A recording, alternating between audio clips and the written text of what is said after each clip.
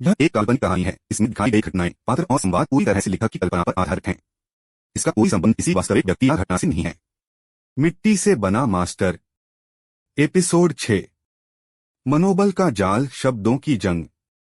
जब शरीर थक जाए तब आत्मा लड़ती है।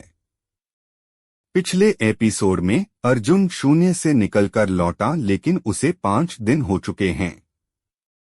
ज़ारा को नोवा ने किडनैप कर लिया है और एक मानसिक कैद में डाल दिया है। अगला इम्तिहान है मनोबल, जहां न तलवार काम आती है न आग, बस आत्मबल और शब्द। अर्जुन के पास उसके पिता की दी हुई रहस्यमयी अंगूठी है। Only in silence the mind can roar. अब आगे। मानसिक प्रवेश द्वार, मिरर ट्रायल। अर्जुन एक टूटे हुए मंदिर में पहुंचता है, जहां सामने है एक आईना जिसमें उसका ही प्रतिबिंब मुस्कुरा रहा है, लेकिन भयावह हंसी के साथ। मिरर अर्जुन, अबे तू हीरो बन गया क्या? भूल गया कैसे भीख मांगता था सड़क पर? अर्जुन की आंखें डगमगाती हैं, लेकिन वह शांत खड़ा रहता है। अर्जुन धीमे से, मैं वही हूं, पर अब मुझे शर्म नहीं, क्योंकि वही संघर्ष मुझे यहां तक लाया। आईना चटकता है, अर्जुन पास हो गया। भ्रमलोक, जहां विचार हमला करते हैं। अब अर्जुन पहुंचता है एक खाली अंधेरे हॉल में, जहां उसकी आवाज भी गूंज नहीं रही। तभी हवा में शब्द बनने लगते हैं जो उस पर हमला करते हैं। तू अकेला है, तू कभी कुछ नहीं बन पाएगा। ज़ारा अब तुझसे प्यार नहीं करती। तेरे पास पैसा है पर मन तो खोखला है। अर्जुन को लगता है वो पागल हो जाएगा, लेकिन तभी उसे याद आती है अपनी माँ की बात, जब दुनिया चिल्लाए तब तू अपने अंदर की आवाज सुन। आत्मा से संवाद, वाणी अस्त्र। अर्जुन घुटनों पर बैठता है और पहली बार वह जवाब नहीं देता, वो सिर्फ सुनता है। और जैसे ही वह शांत होता है, उसके अंदर से आवाज आती है, हर शब्द जो तुझे तोड़ता है उसका जवाब तुझ में ही है। लेकिन गुस्से से नहीं, समझदारी से। अब शब्द उस पर असर नहीं करते, वे हवा में घुल जाते हैं। अर्जुन मनोबल की परीक्षा पार कर लेता है। ज़ारा की मानसिक कैद टूटती है। दूर कहीं नोवा चौंक जाता है। नोवा, वो शांत रहा, उसने जवाब नहीं दिया, फिर भी जीत गया।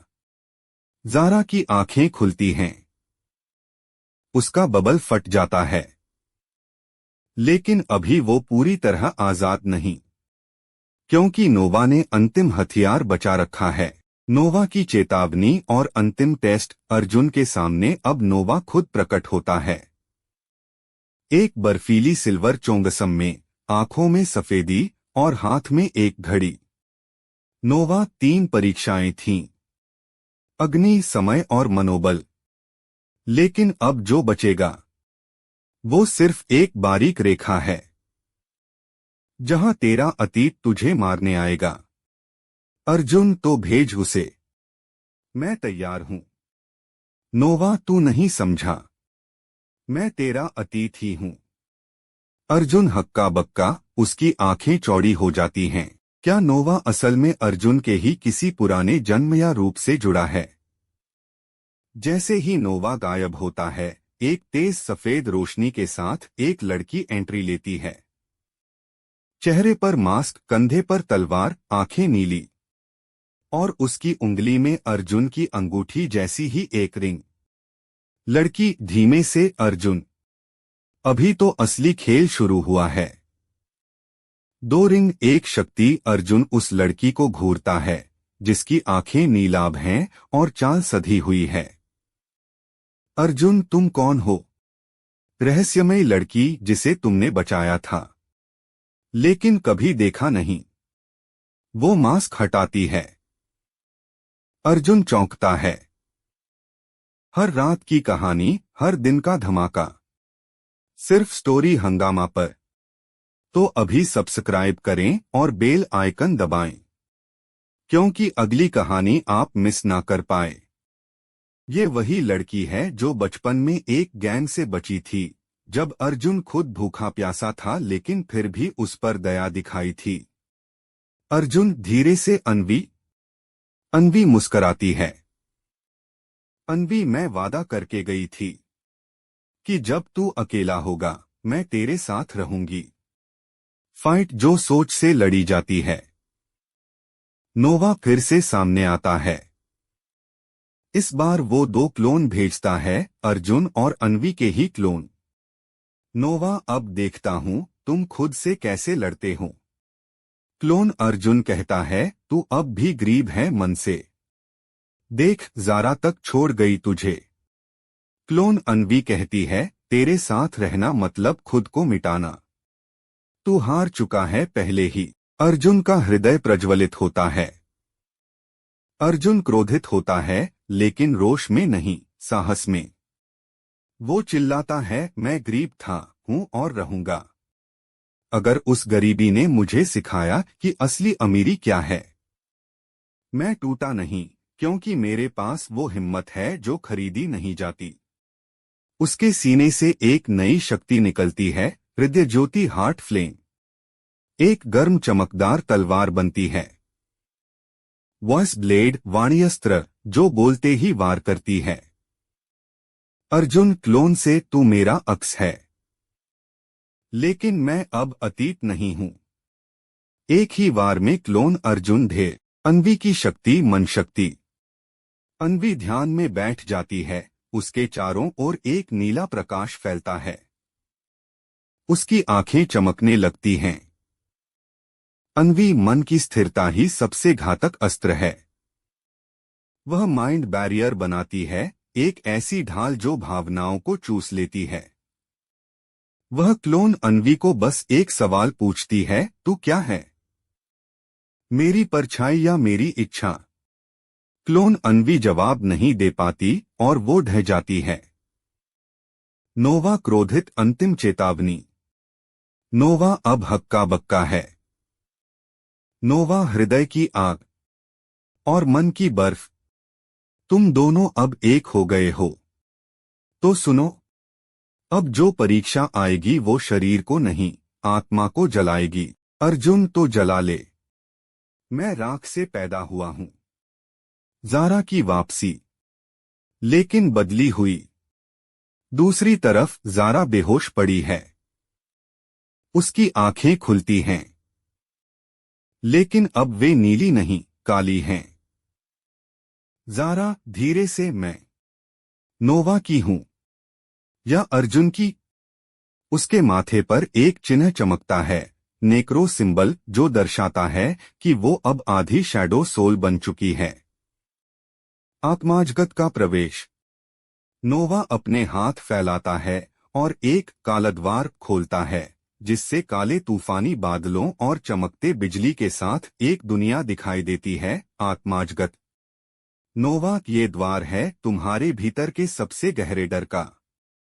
इसमें जो जाएगा या तो जागेगा या हमेशा के लिए खो जाएगा।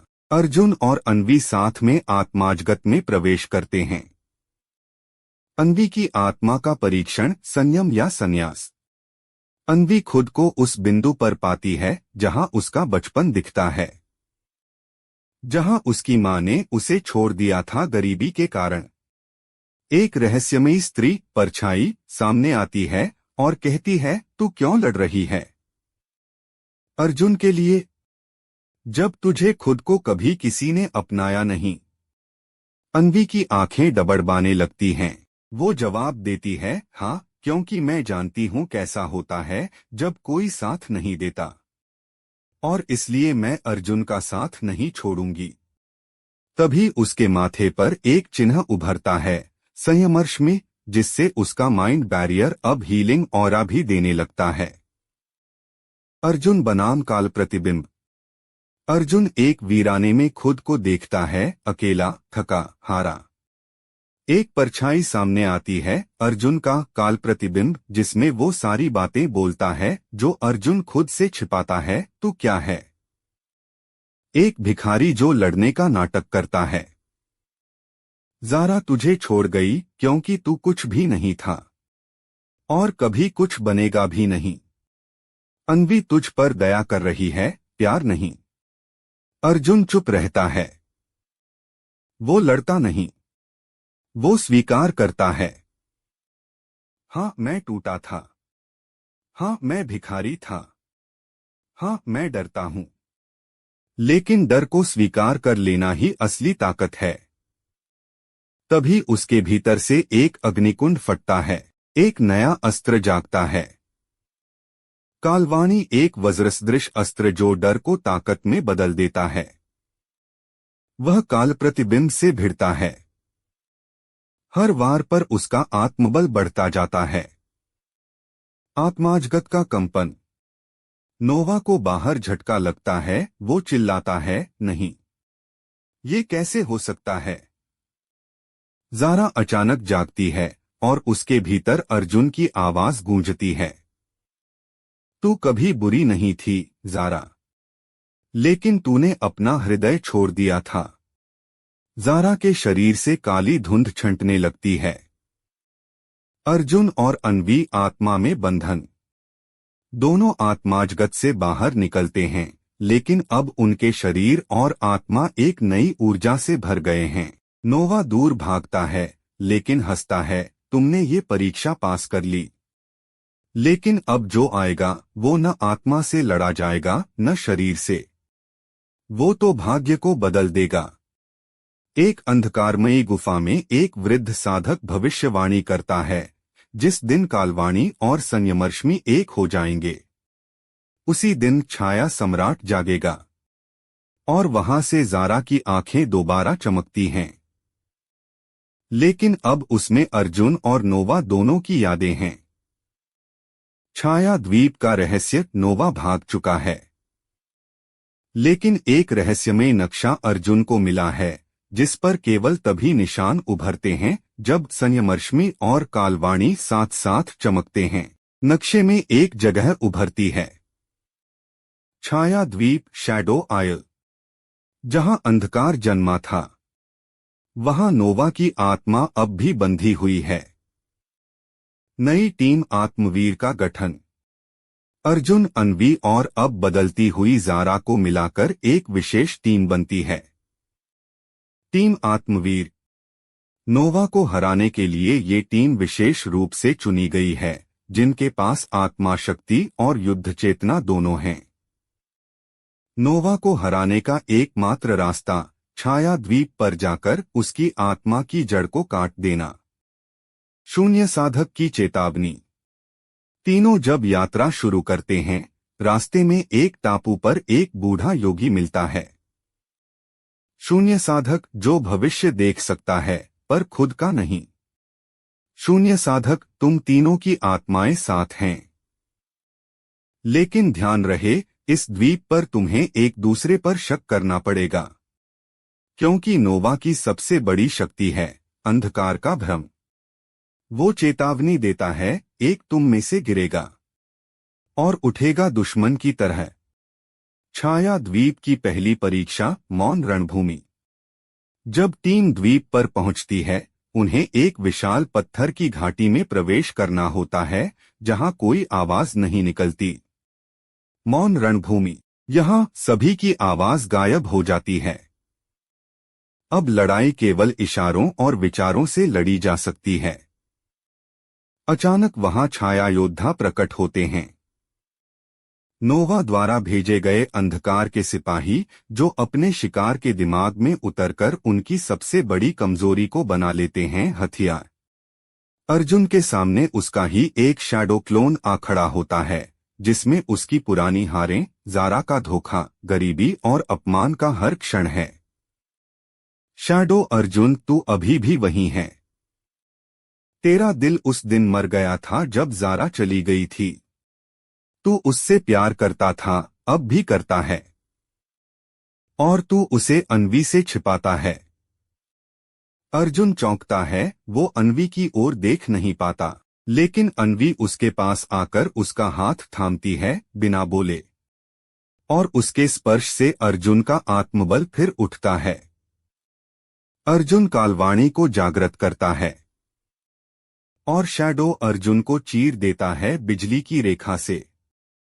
ज़ारा का द्वंद्व। ज़ारा खुद से लड़ रही है, नोवा का अंश अब भी उसमें है। वो घुटनों के बल गिरती है और उसकी आंखों से एक तरफ आंसू निकलते हैं, दूसरी तरफ अंधकार का धुआं।